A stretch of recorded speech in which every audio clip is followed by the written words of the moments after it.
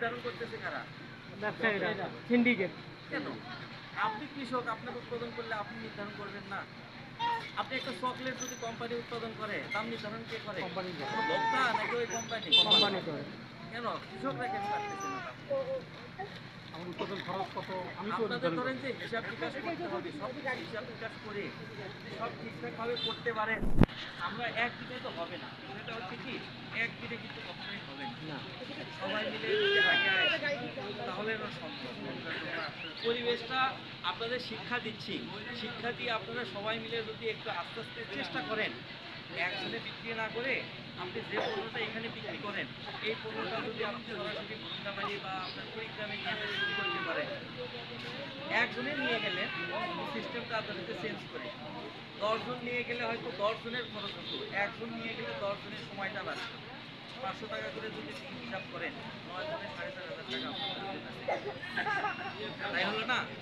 এইটা কি 2 টাকা যদি ধরে যে ওখান থেকে লাভ হয়, বিষয়টা আসলে এরকমই। আর আজকে ধরেছে এরকম, মানে আমাদের প্ল্যানটা ওইরকম ছিল যে বড় বাজার ছোট বাজার দেখানো, কিন্তু আসলে আপনাদের আশেপাশে সেরকম সুযোগ নাই।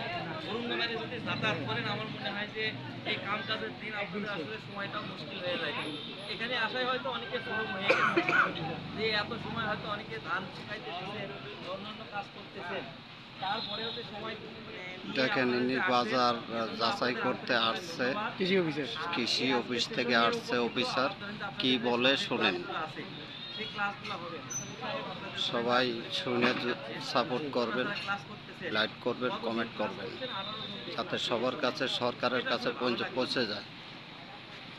2-1 জন 3 জন 5 জন না হয় সর্বোচ্চ মিস হতো, তাই বলে 12 জন, 30 জনের 12 জন, তার মানে 60% উপস্থিত, 40% অনুপস্থিত। এটা তো আসলে ধরেন যে ভালো হয় না। আপনারা এই ব্যাপারে একটু সতর্ক থাকবেন। আপনাদের সুবিধাজনক যেটা সময় হবে সেই সময় নিয়ে আপনারা দুইটা জিনিস শিখতে পারবেন, কিছু জিনিস শিখতে পারবেন, শেখানোর জন্যই কিন্তু সরকার এখানে আপনাদের পিছনে এত খরচ করতেছে। আপনাদের এই যে নাস্তা বা সম্মানী যেটাই বলেন, তারপরে আমরা যে কথা বলতেছি, তারপরে এটা চালানোর জন্য আরো কিছু খরচ আছে, সেই যে মাঠ দিবস আছে, যে আজকে দিন আসছে কি বলতেছে আপনারা শুনে সব মিলাই কিন্তু কমেন্টে জানাবেন। ব্যবস্থা করছে, সরকারের কি খরচ হচ্ছে না? কিন্তু সেটা যদি আপনাদের শেখানোর জন্য আমরা কথা বলতেছি, কিন্তু আপনারা যদি না আসেন, আপনারা যদি না শিখতে চান, তাহলে তো আসলে সরকারের লস। তাহলে দোষ যদি দেন সরকার এটা করে না ওটা করে না, সরকার খারাপ, আপনি কি ভালো?